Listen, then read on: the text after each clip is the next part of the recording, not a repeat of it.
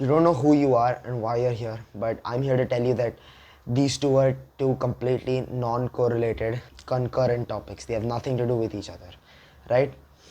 If you're going through an existential crisis, which is why you clicked on this video, let me tell you that your existence and your life are two completely separate topics, right? They're two completely separate topics and they should not be discussed in correlation at all because they have nothing in common with each other, right? And of course, I've got my notes with me today. So firstly, to begin understanding what I'm about to say, you must leave the question of why you exist completely. Right? And this seems a bit counterintuitive because this is why you clicked on the video.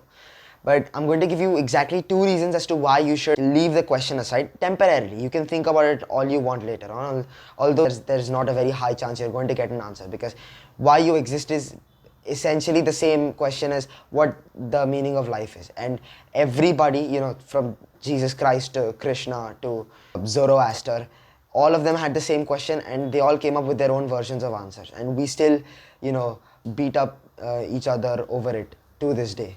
We still have violence over it to this day. People's lives are lost, opinions are rejected, debates are held to this day over that question, right? And of course, so before we go into why you exist, you must first accept that you do exist. And it's a very simple thought, but it's not one that occurs to a lot of people that goes through an existential crisis, right? And this comes essentially from Albert Camus' philosophy called absurdism, which basically states that to think about your existence or to essentially ask the question of why you exist is absurd and should not be pondered or contemplated over at all, right? And that's one reason as to why you should stop thinking about why you exist temporarily. And the other reason is that if you're in an existential crisis, if you're in panic mode, then that doesn't help you think any better about why you exist. You might as well stay calm, you might as well stay in a much more happier state of mind and think about that question and be more closer to receiving or be more closer to finding the answer out than if you were extremely panicked and if you were extremely stressed about it, because it doesn't help you at all, right? Because staying in panic, you have to understand that staying in panic mode will not help you think about your existence any better.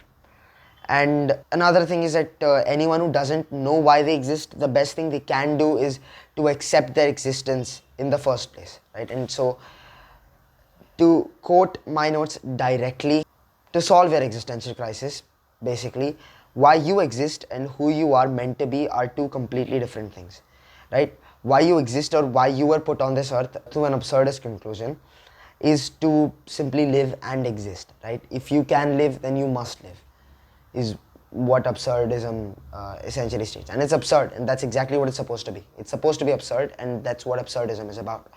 Another point of view that comes into this is existentialism. Existentialism basically states that you were put on this life with a clean slate and you can build yourself up according to your own point of view. You are an existentialist, right? And why you exist is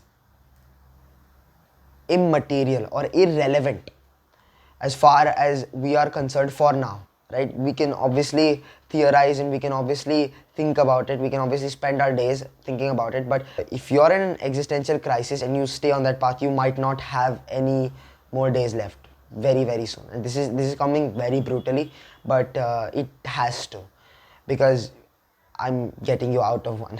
I'm getting you out of an existential crisis, right? And now that we've dissected why you exist, we can move over to who you're meant to be.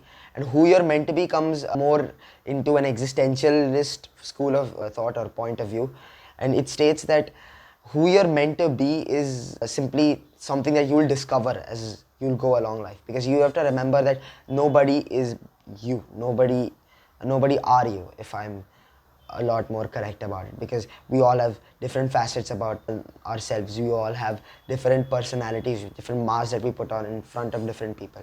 And as we take off those masks and uncover layers of us, as we go deeper and deeper and deeper, we find ourselves looking at a much deeper state of ourselves. We find ourselves looking at something that we've never come across before, something that's truly original, something that's nobody's ever seen. And that's exactly, I think, who you're meant to be.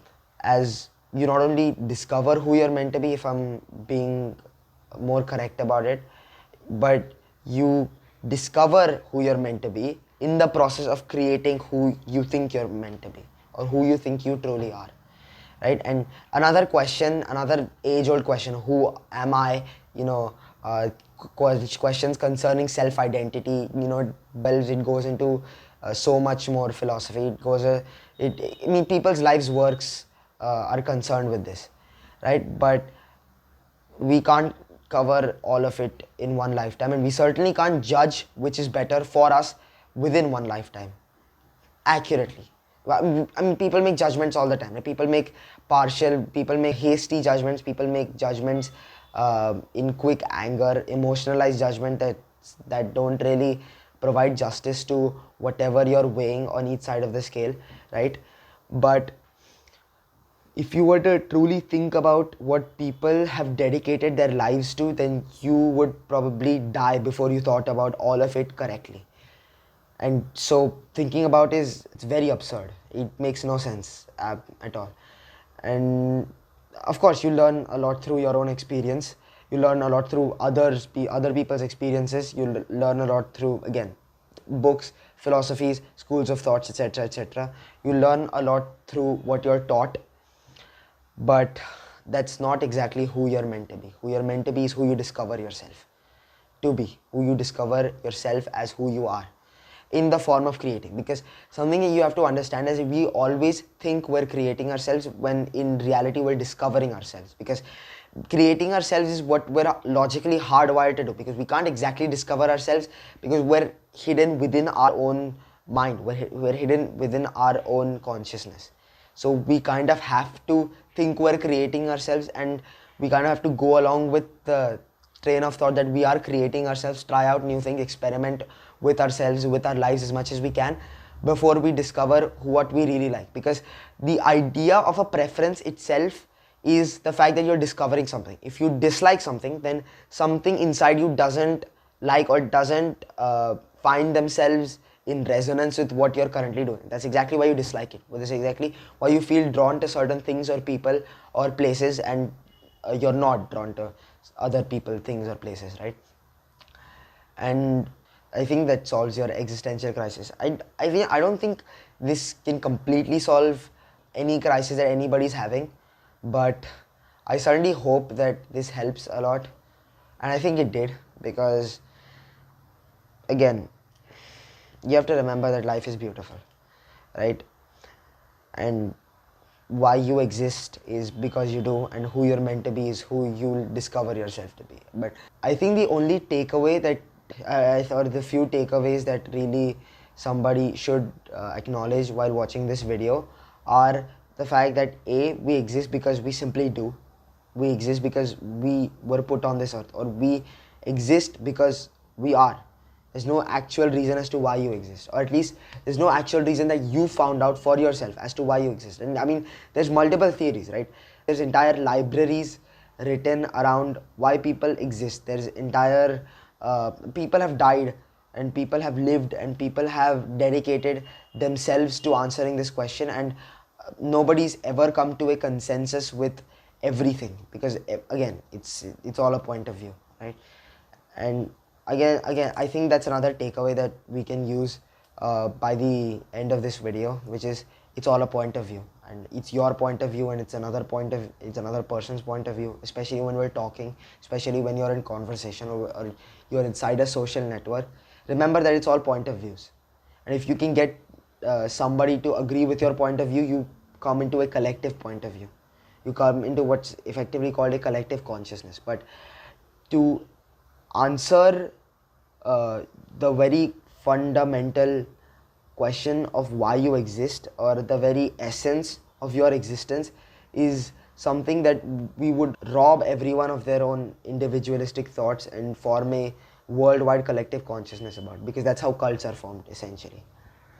And again, who you're meant to be is who you'll discover yourself. why you exist is irrelevant, but you remember that you do exist, and remember that if it helps you, remember that it is for a reason. It is for a reason that you should discover, that you're supposed to find out. And because why you exist is something that only you'll ever know, because there aren't any more yous. There's only one you, and you were put on this earth along with everyone else. And if you can figure out why you exist, only you can figure out why you exist. It's not an if or buts. There is no compromise related to that question. You have to figure out why you exist, because only you can figure out why you exist. I think that's enough for today.